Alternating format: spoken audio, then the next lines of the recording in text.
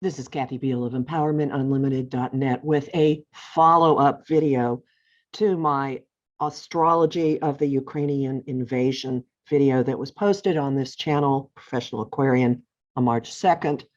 Today, I am adding in charts for Ukraine and seeing how various players fit with that. And again, I'm not charging for this or monetizing this video.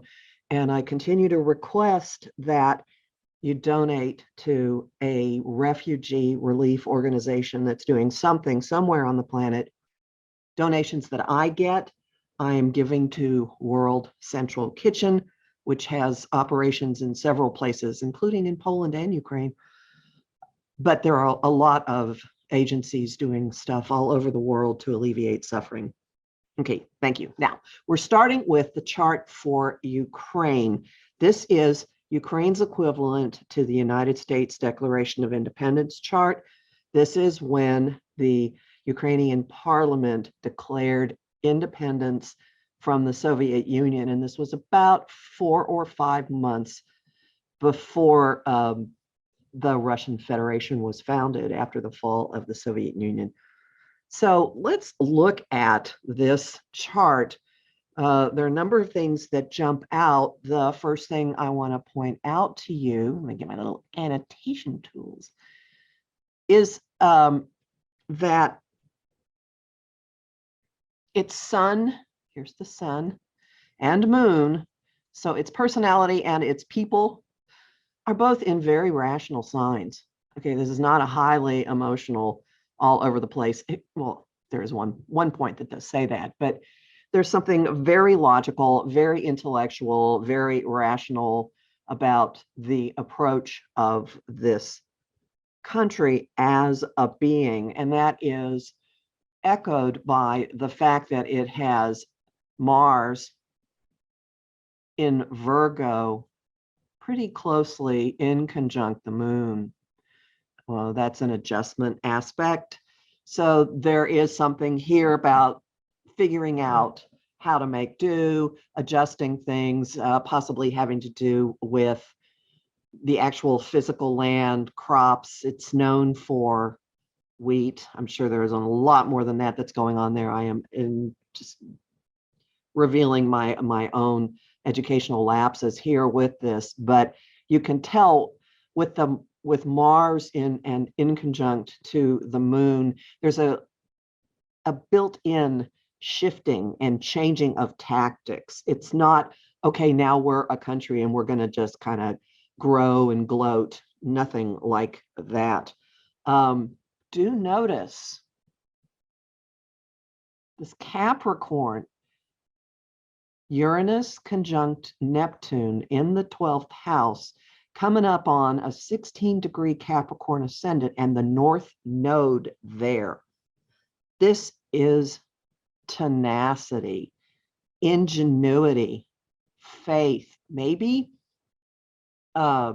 with Neptune there as well, there's like some kind of mystical, folkloric vision of the people that is possible. But nonetheless, with all that Capricorn tenacity, grit, seeing things through. We're witnessing this as I record this. Like, no, you don't. Not in my backyard, not in my house. And I will just keep plotting and plotting and plotting and plotting. There are unusual ways of going about things. This is a very interesting mix of technology with the Uranus in Capricorn and Neptune. I know that I have myself seen evidence of a lot of internet work coming out of Ukraine. I don't know if there was a hacker base there, hacker farms there as well, but that's kind of built into it, and a lot of stuff going on in the background, networks. And this is what it's supposed to be with the North Node in Capricorn right there. It chose to be solid, stable. We will do without if we feel like we're moving forward, forward, forward, forward. This underscores incredible practicality, eye on the long haul, looking for the long-term prize. The Venus-Mars conjunction on February 16th was at 16 degrees Capricorn. So we've something locked into place then that is pivotal to what its chosen role is in the collective. Might be interesting for somebody to go check the news. This was several days before the invasion. Notice also, Ukraine has a 1 degree Saturn, 1 degree Aquarius Saturn. It's just had its Saturn return. Saturn entered the sign of Aquarius in December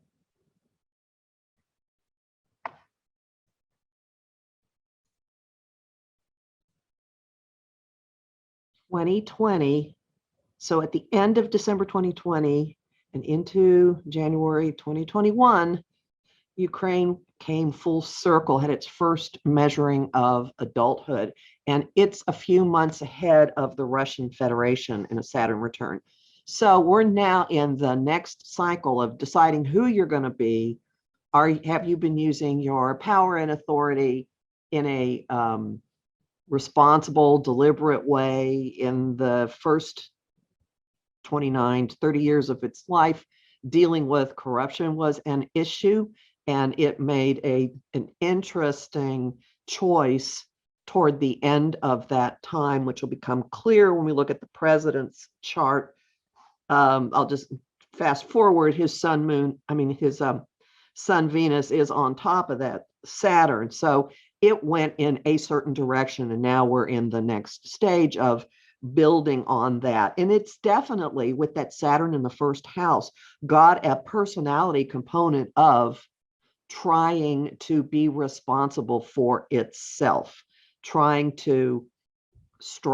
to be responsible for itself.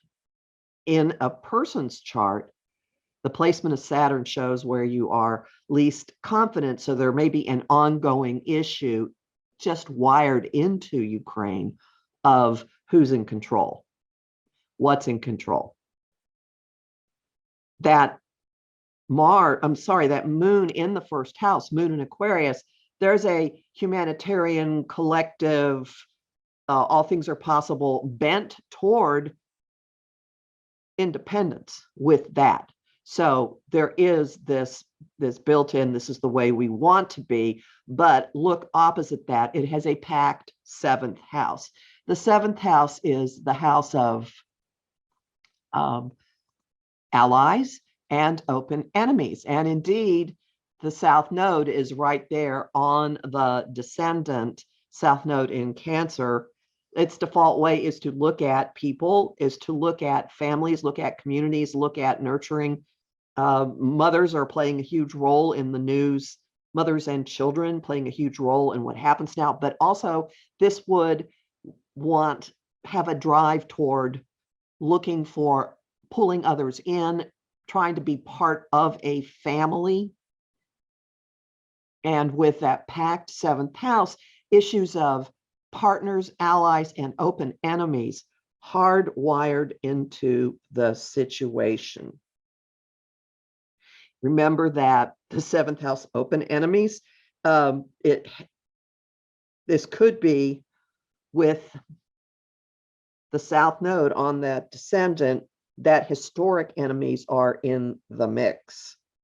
Absolutely. So question of what, were we part of a family before? And if you look at the history of Ukraine, it's not just that it was in the Soviet Union. Parts of it for centuries have been under different rulerships, one rulership, another rulership. This is one of those parts of the globe that has been under many, many, many heads. Looking more at that 7th house,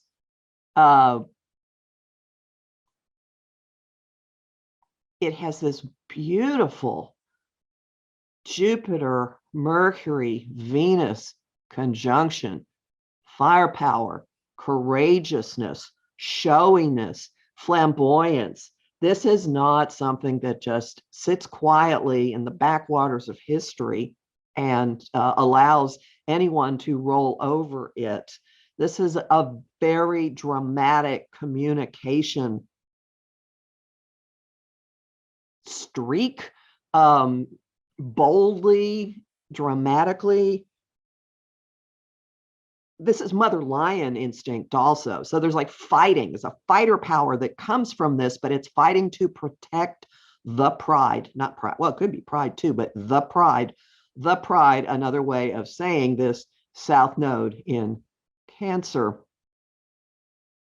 And yet, as I pointed out, the sun, so it can't do things on its own. It needs responsibility. It needs to be in control, but it also recognizes that it is a participant with others, and that there are alliances that are critical, and I would say they are very rationally considered with that sun at 0 Virgo. This is very much what needs to happen in order to make this work, looking for mutually beneficial, possibly even like, how can we shore things up?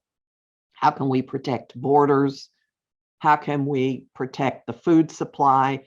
How can we protect our pride? All of that, Leo.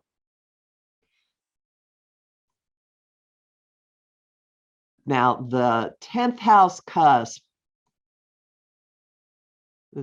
I'm drawing it so you can see it better, because this whole thing's at kind of a tilt because of the sizes of the houses. It's got Pluto at 17 Scorpio, but up against the midheaven. Power issues, resource issues, oil and nuclear issues. Ukraine is where the Chernobyl meltdown occurred. And currently, nuclear power plants are pawns in the war. They're issues. With this in the 9th house, it was wired in to have an ongoing issue of governmental corruption, which is something that has been attacked. They've been accused of it. It's just been a factor in things. I am not implying that it's going on right now, but it's been a factor in its personality. Power issues are part of what pushes Ukraine onto the global stage. That Pluto on the doorway to the 10th house. It also would have charismatic and evolutionary level transformative leaders with that position there. Looking at my notes, hold on. Okay, so now we're going to clear everything. And I'm sure that there's a ton more, all kinds of people can come up with. This is just blasting through things quickly. Now let's look briefly at what's going on with its progressed chart. And the main thing that I want to point out is that the moon is in fighter mode. The moon in the second house of money, resources, values. Moon in Aries is, I'll kick your teeth in. Moon in Aries is, where's the fire? I'm not backing down. This is Tom Petty singing, won't back down. Fighting for values, and it's moving into a trine with all of this Leo. So this is going to be going on for some time, for the next 22.5 years. 2 years. Quite a bit. Fighting for values. It's moving into a trine with Jupiter, with Mercury, with Venus. This tells me, even if it is occupied, it's not going to just go quiet. The fight, it's not backing down. The fighting will continue. It will continue pulling in allies, appealing. Notice at the same time that the moon, though, is moving into those trines. The moon is squaring the Capricorn. It's first thing it's going to do is square that Uranus, square that Neptune, square the ascendant, square the north node. It's going to square Uranus in about 6.5 months, so in the fall. So something, just put that in the back of your head for something breaking, loose, free, whatever, at that point. There's a lot more that can be gleaned from this, but I'm going to keep going briefly.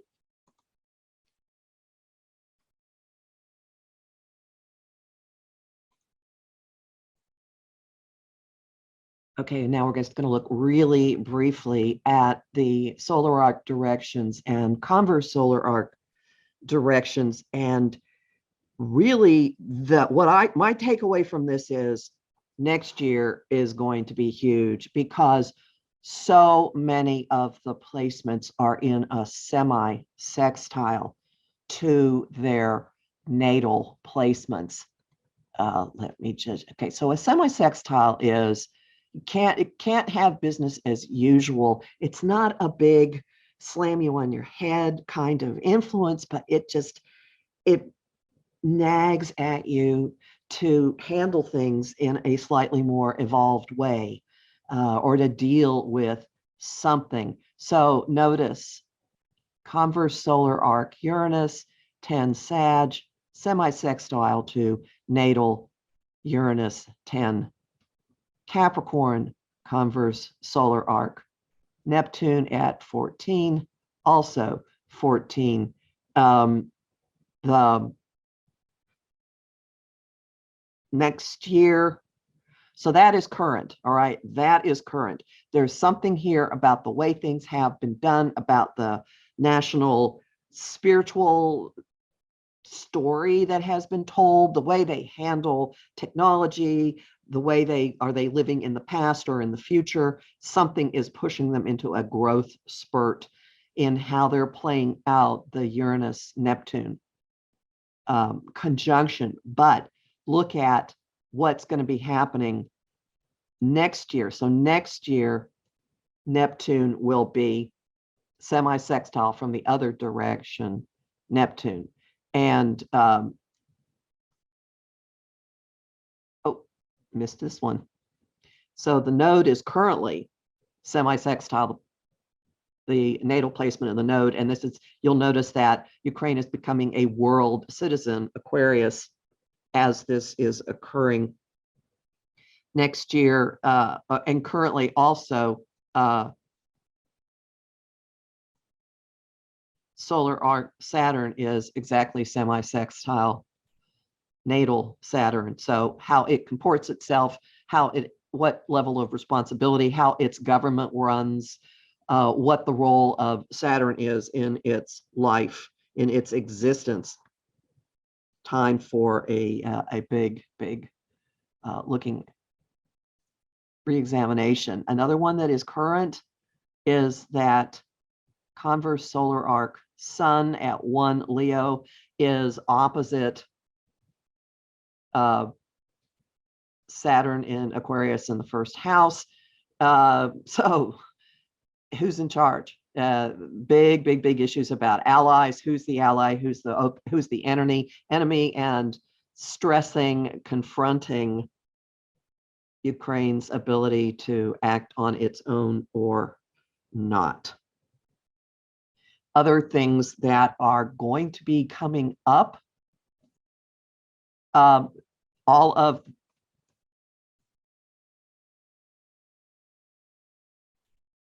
solar arc Jupiter is already semi-sextile. So the whole issue of shared resources and alliances getting bigger and bigger and bigger and more strategic, and give us things we can use, with that Virgo being involved. Next year, the Mercury and Venus placements in the 7th are going to have a semi-sextile to solar arc, Mercury, and Venus. So there will be some kind of growth in how it does, some change, elevated maybe status, just a growth in how it deals with shared resources and allies. That could be indicative of what happens after its European Union application is acted on.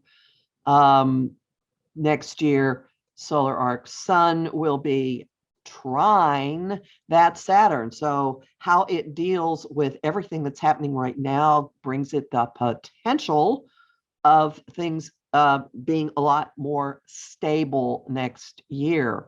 Now we don't say which way will that go, but stable and negotiated and better. And Mars in Libra in the 9th house, which has to do with international dealings, legislative laws and stuff, that's going to be in sextile to Jupiter. So Ukraine could be in a very different and much more favorable position in the world. And Mars in Libra, well, that looks like NATO to me, an alliance having to do with the military. So watch this space, as you know who says. And now the next one is going to be the transits for the Ukraine invasion and what this meant and what this did. Okay, so we have Venus, Mars, really closely conjunct in Capricorn in the 1st house of Ukraine's identity, and it gets invaded on the land. Very disturbing.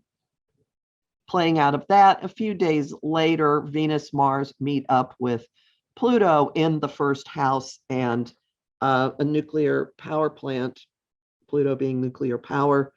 There's fighting there, plant catches on fire, and the plant is occupied. That is a fitting statement for that. With the invasion, Saturn was applying to a conjunction with the moon, something occupying, dampening the national spirit, bringing incredible burdens and hardships. Simply the physical occupation of troops being on the ground could well have a lot to do with that. Sorry,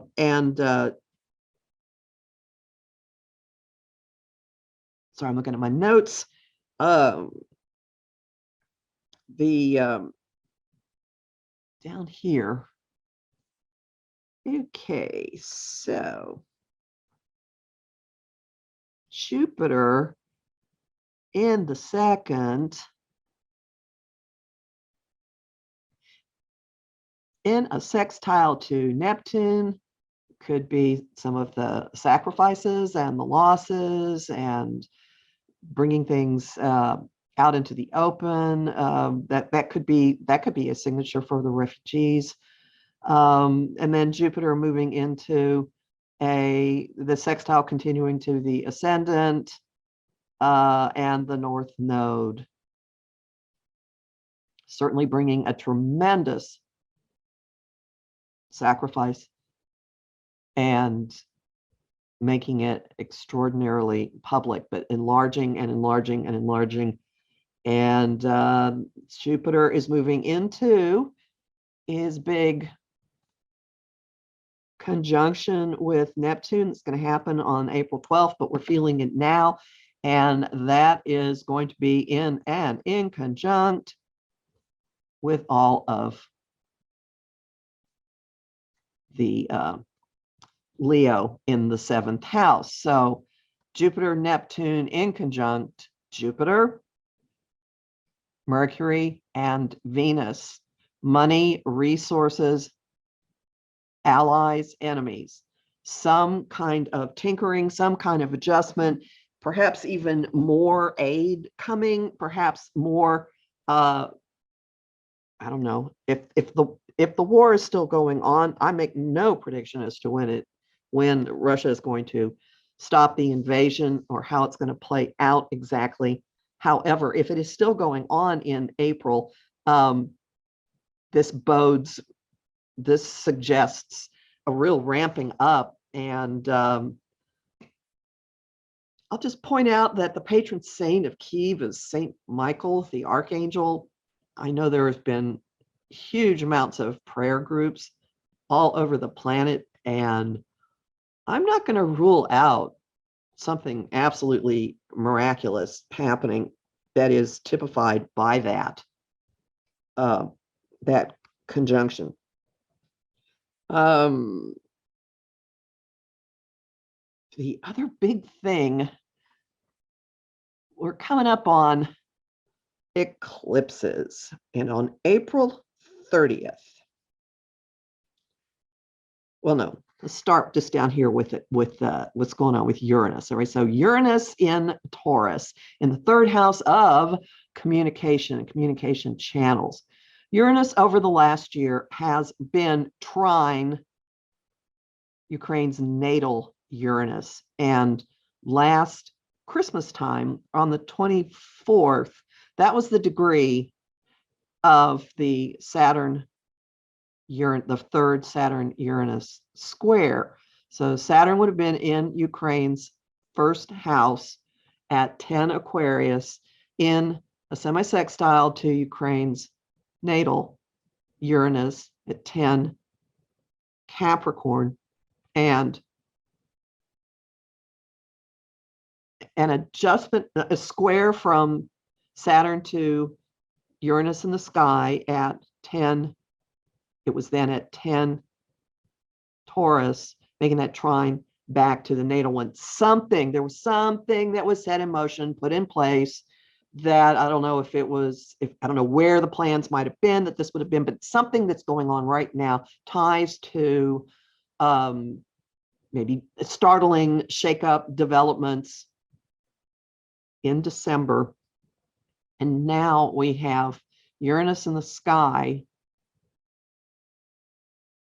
It's going to take it a long time to do this. It's ultimately going to trine that Neptune and trine that North Node and the ascendant. Now, does that mean that's liberation of some kind? But before that happens, there is a solar eclipse. When the eclipses start up again, the ones we're going through this year are in the signs of Taurus and Scorpio, going straight across the 410 axis of Ukraine. 410, home, out in the world. Where's my base? Where am I at home in myself? Where am I at home out in the world? What is my public standing? And the Taurus new moon on the 30th is at 10.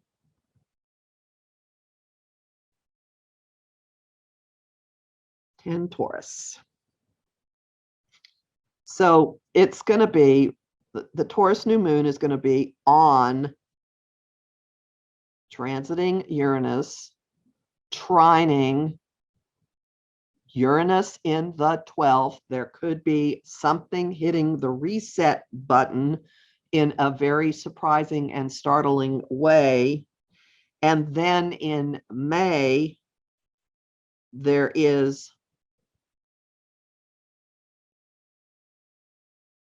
a lunar eclipse in the 10th house at 25 Scorpio.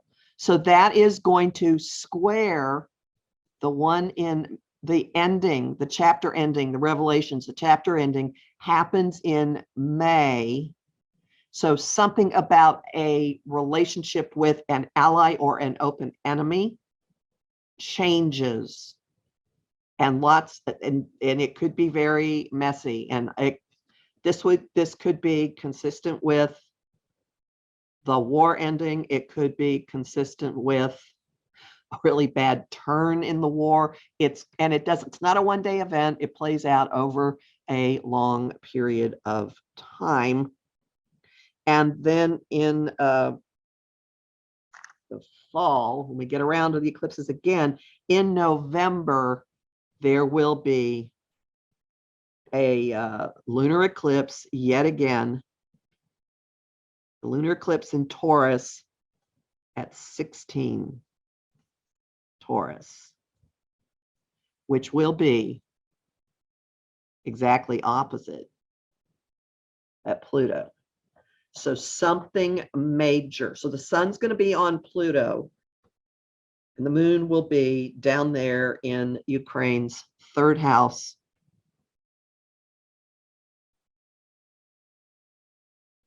Any number of things possible here. It will be dramatic. There will be something that really does change equations quite a bit from this, that ends something huge. Now, I will point out that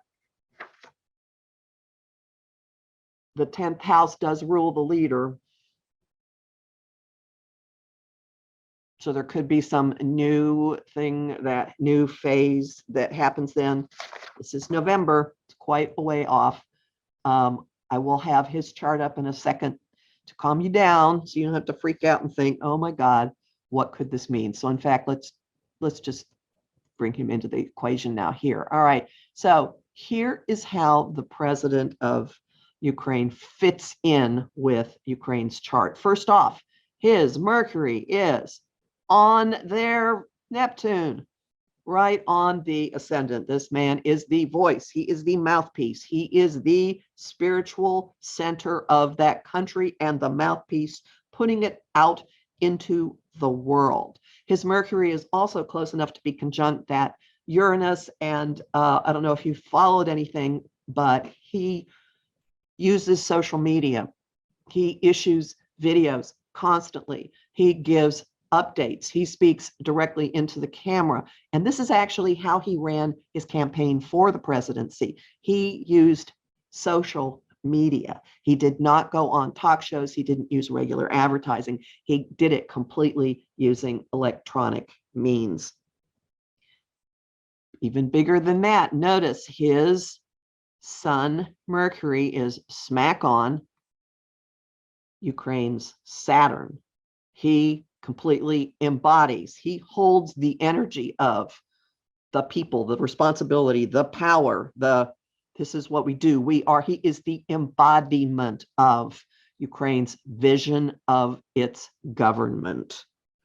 I honestly, it kind of marvel at how this all works. Also notice that his Saturn is right smack on Ukraine's Venus. That meaning that it is also conjunct its highly important Jupiter, Mercury conjunction to that Venus. So Saturn, his Saturn out there in allies, out there in open enemies, he is the container of that power. He is the leader, the ruler. He has two markers, those two close Saturn contacts. It's not a coincidence that he was elected to this position and that he is standing strong and fighting. He is the embodiment. It's like a patriarchal, absolutely masculine, I will fight for you. I am fighting for you. I am you. And his moon in Leo also carries that energy of fighting for the pride, for the family, for your tribe, for your group.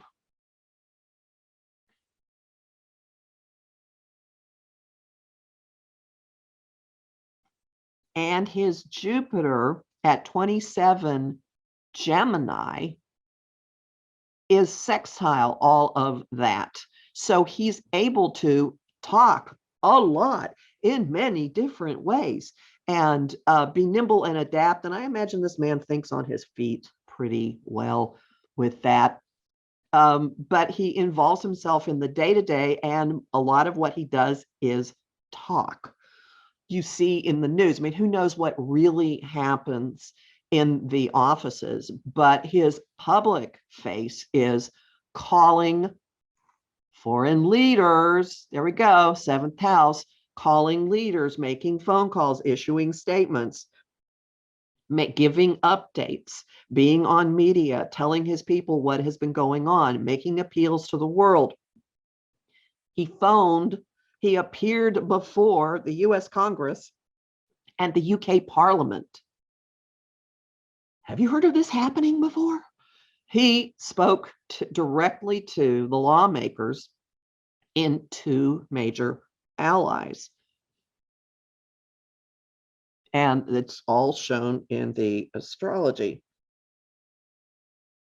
Okay, so then let's look at how his Uranus, all right, his Uranus is on Ukraine's Pluto.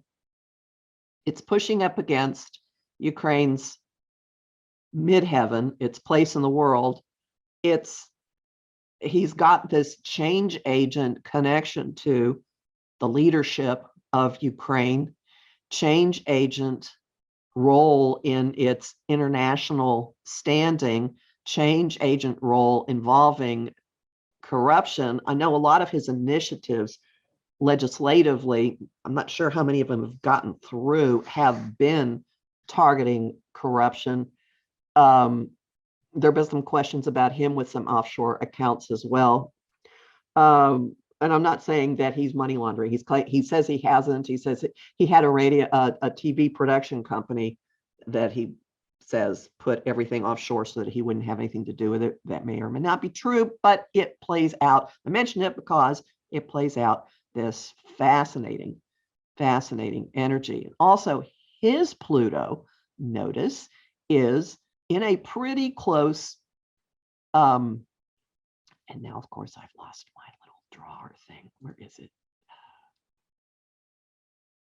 His Pluto is semi-sextile Ukraine's Pluto. So how he operates, how he does things is pushing Ukraine into a different way of being.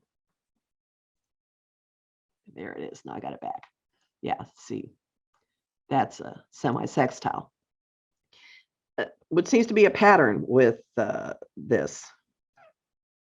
Now, those eclipses, the one I am concerned about is the one at 16 Taurus, which is a lunar eclipse in, let's see the date again, November 8th. And it is going to be, it's going to pull in his Uranus, pull in Ukraine's Pluto. Does this wrap up a cycle? Does he say that's it? I'm done with being president. Is he out of the presidency for some other reason? Does it move into some other realm? With Scorpio being involved, it's really easy to let your thoughts go to some scary and unpleasant places. There have already been a really scary number of assassination attempts against him, but I want to point out, looking at his chart, that this eclipse is going to happen in his 6th house, 5th and 12th and 6th houses. So there could be something behind the scenes that happens with it being there, but he's lived through this before. Anyone who's been alive since 2003 has lived through this before. With Uranus in the 6th house, there is a changeability in what you do on a daily basis. And in 2003, the last time this eclipse happened in lunar eclipse in Taurus at this spot, his comedy team started producing shows for Ukrainian television. So there was a switch in how he was using media, in how he was spending his time, in how he was making a living. So we'll have to wait and see if being the head of a country with this eclipse being on top of the country's Pluto ends up meaning something else. But I keep drawing people to the fact that that Jupiter-Neptune conjunction really does look like something angelic on the way. So looking at, this is the wrong chart. We've already looked at the invasion chart. All right. These are the wrong order. I'm going to pause this. Okay, sorry about that. Had to clean up my slides. Okay, now we're going to look at how Ukraine gets along with its neighbor who's decided that it wants to take it over. So here we have the Ukraine and the Russian Federation. And okay, so a lot of this stuff, the outer planets are fairly close to the same positions because the Federation was founded in December and the Ukraine chart is set for August of the same year. So those are only a few months apart, and that accounts for a few things, but do note that Federation's North Node is on Ukraine's Uranus. Is Ukraine supposed to be a part of the Russian Federation karmically? I'd say there's a really good argument. No. But there is it's a change agent. Ukraine plays a role in changing, transforming the structure, the resources, the government, possibly, of the Russian Federation. Notice that Russia's moon is on top of Ukraine's sun. So there are commonalities. There are actually a lot of practical commonalities. And there are a number of ways you could look at this. One of them is that a lot of people in each country have relatives who live in the other country. A lot of people in Russia have family living in Ukraine or ancestors from Ukraine. It's an intermingled situation. There is some blending. Also, Russia might look on Ukraine as a source of, oh, well, there's some kind of tangible, I am part of you, you are part of me bond there, more from Russia's point of view, I would say.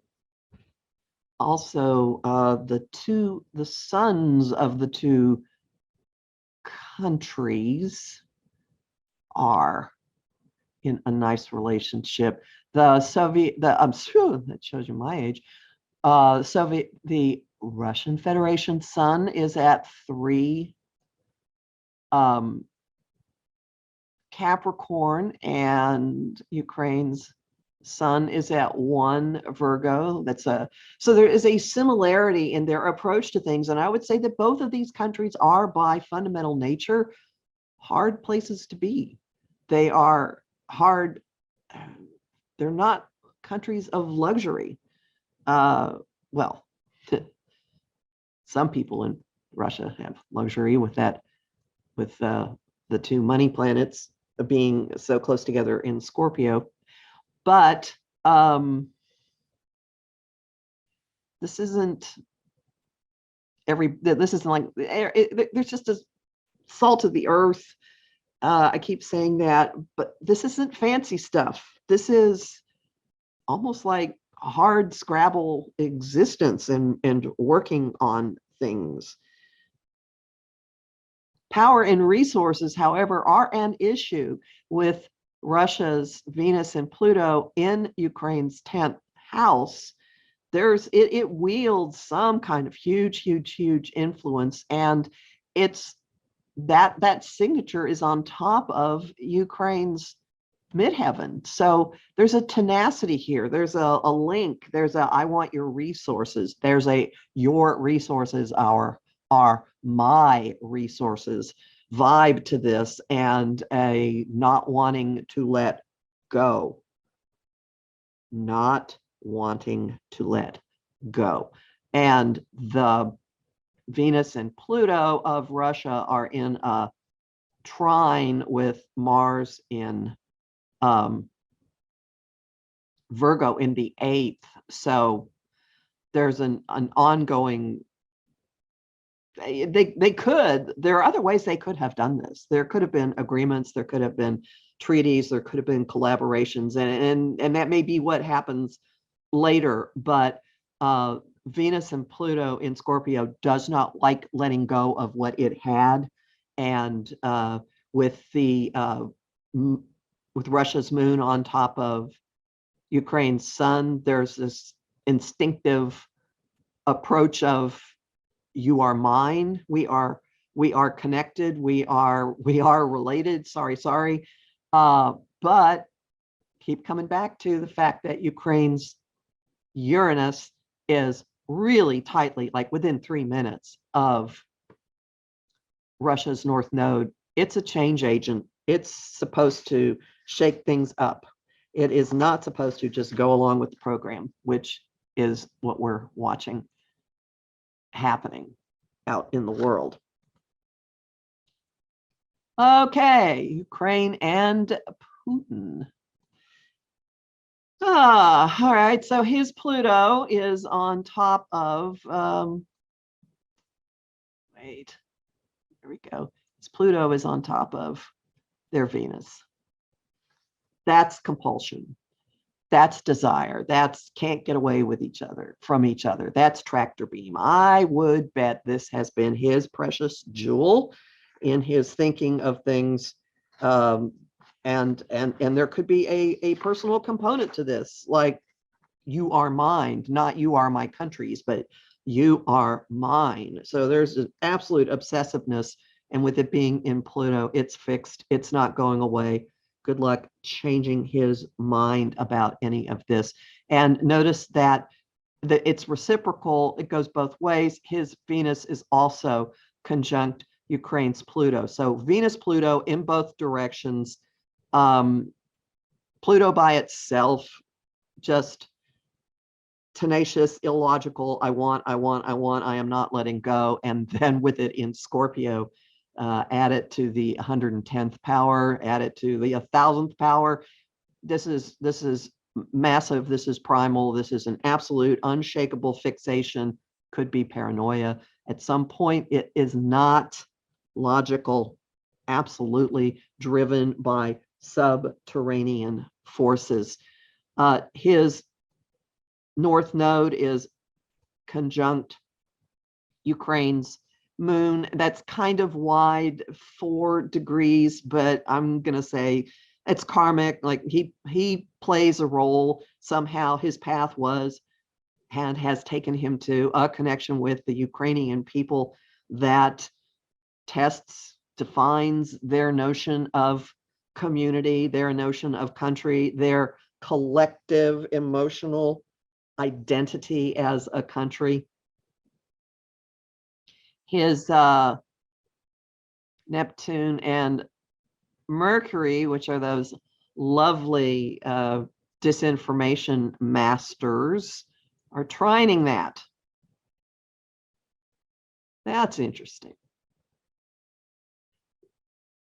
So something he's been doing behind the scenes, 8th house, has fueled this national identity even more. And so possibly he's been communicating things that are mischaracterizing what the national identity is. There's certainly been a lot of statements about Nazis being in Ukraine, and there may be, but they don't seem to be in control of the government, at least according to the appearances that are being given now. Additionally, this could be him being like an anti-spiritual leader that is pushing the country into solidifying its notion of what it is. Notice too that his Uranus on the South Node, there is nothing, he's the one, while there's this tractor beam, we are bound together, we are banded together. Oh no, I'm going to say the tenacious end of it comes up on his side. And with his Uranus on Ukraine's South Node, they can't go to him for comfort and support. He's not yummy, comfortable family. He's not like a grandpa you want to spend time with. He's not a family leader you want to have anywhere near you. And there's something that's inherently discomforting, uncomfortable, repellent in the relationship between the two countries. Also, his moon in Gemini is square Ukraine's sun, his moon in the fourth. So what he's wanting, what he's needing has nothing to do with how Ukraine defines itself, especially in terms of its alliances.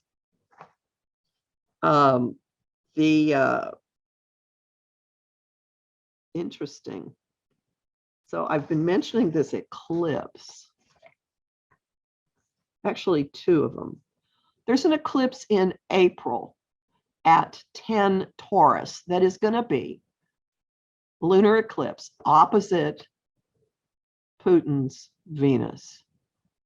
That has got to be something that really, it's a solar eclipse, sorry, opposite his Venus. So that starts a new phase in his power, his control of things going on in the government and internationally, a new phase internationally. And then in November, the lunar eclipse at 16 Taurus is on his Jupiter, on Ukraine's fourth house cusp. His role in this situation has a lifespan. And we could start seeing it play out when the eclipses start kicking in April and May. And the story does look like it's going to be wrapping up pretty dramatically as we start approaching November.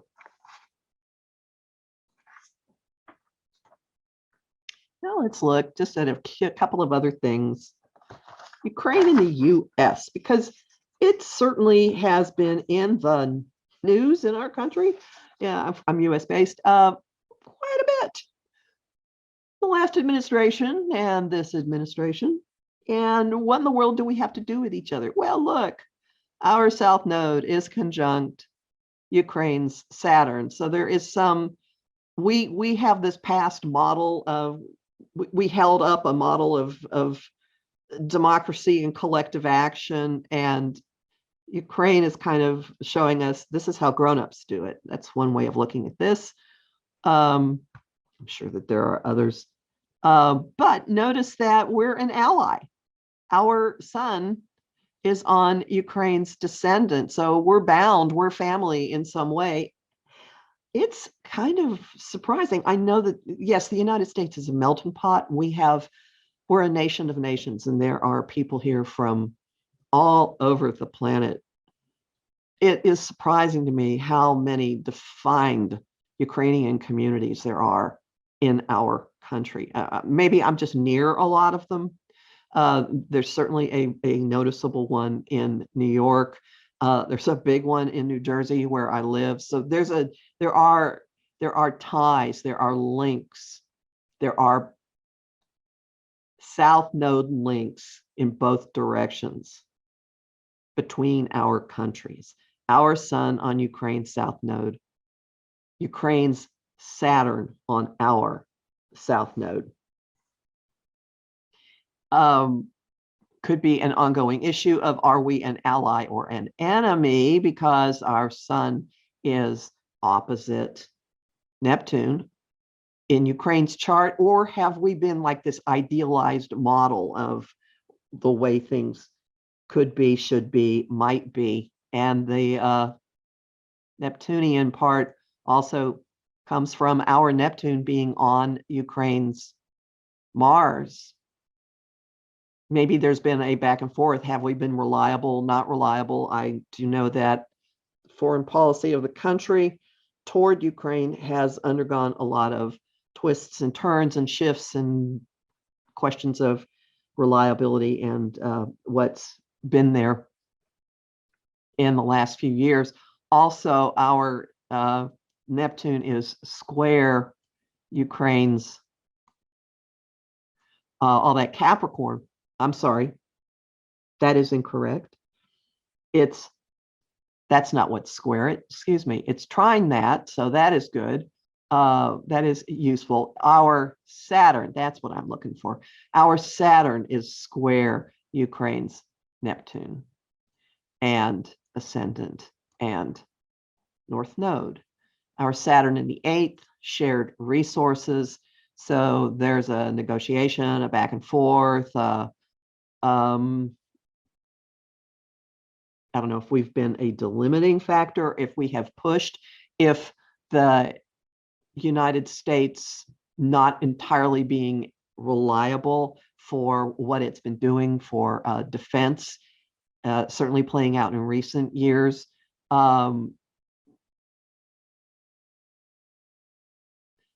Has been a factor in pushing Ukraine to stand more on its own 2 feet, kind of like hard love. Also note, our Mars is in a sextile to all that yummy, fiery Leo in the 7th house. So our Mars in the 5th, I don't know, maybe our entertainment and communications industries has been really good. I have heard that our intelligence agencies, Mars in information, Gemini, has been feeding a lot to Ukraine recently. But that would seem to be something about communications from us and sharing information being something that helps Ukraine shine in some way. Got 2 more. Hang on. Just a second. Okay. How does President Zelensky fit in with our chart? Because he seems to, no, sorry. How do we, there we go. How do we fit in with Zelensky? So our south node's on his Venus, Jupiter. There's a karmic contact. Our north node's on his Mars. So we are helping fuel him, helping him fight. Our moon is opposite his Saturn. So we're not just completely jumping in, and we may never completely jump in with Ukraine. There may be more of a, we're over here and you have to do things for yourself vibe in all of this. But our Saturn, US Saturn at 14 is Libra is sextile his Neptune. So there is something here about, I don't know, inspiring. Also, our Saturn's on his Pluto. Oh, just saw that. Okay. We have a very strong link with this man, and we have a very strong, what's the word? Influence on him. And I've neglected the most obvious one. Our Mars is directly on his ascendant. So we have been, I think that's like early, if it isn't Donald Trump's degree of his sun, it's really close on his ascendant. And this man played a role in Trump's first impeachment because it was a conversation with him that was critical. Our Uranus also trining his Venus, Saturn. You can sit and mull this over and parse all kinds of stuff, but this is, again, an indication that this is not some random, oh, we're just playing together. No. Our country has an immediate, the US has an immediate and extraordinarily strong impact on this individual's life and his role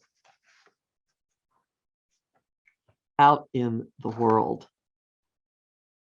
What does he do to the US chart? Because he seems to have captured lots of interest. Okay, so this puts the his Jupiter is in our 7th house. So he's talking about alliances in a huge way, and that ties into the U.S. Mars. His Venus, Sun, Venus are in our second house on our South Node. He is an expression and embodiment of the values that we say that this country has. His Neptune is on our ascendant. He's an inspirational figure involving, who's foreign, but he's speaking a philosophical and spiritual message that has captured the hearts of so many people. His 10th, his Pluto is on our Saturn in the 10th. So he's a change agent for us as well, for the US legal system as well. And his Pluto on our Saturn in the 10th, well, that does speak to the conversation with him being the grounds for the first impeachment of our last president. But I think it has an even longer, bigger influence than that. His Uranus is also trine our Sun and Mercury, trine the US Sun and Mercury. So that's another sign of being a change agent with an impact on us as well, on the US as well. And that Uranus is in sextile to our Neptune in Virgo in the 9th house. Neptune and Virgo in the 9th has a lot to do with the role of religion in our country, the role of belief systems, the role of racism, stories that have been told that played out in one way and told in another way. And there's something about the way this individual is just living that is opening the door to a reevaluation of all of this, because we've been having our Neptune opposition, and his Uranus has triggered quite a lot with that. And I would say that part of that occurred again with the circumstances that led to the first impeachment. Also, just note his Jupiter at 27 Gemini is trine the US moon at 27 Gemini. So he speaks a message that speaks to the people of our country as well. There's something much more going on here than one leader of a country and another country that is way across the globe. So that was just a quick blasting through of things yet again. And please take time to be really kind to anyone you come in contact with. And you can find my own forecasts. If you don't follow me, they're on this channel, Professional Aquarian, also on my website, empowermentunlimited.net, weekly, moon, and monthly forecasts. And please put your own resources and time behind some agency or project or group that is doing something for refugees somewhere on this planet. Thanks.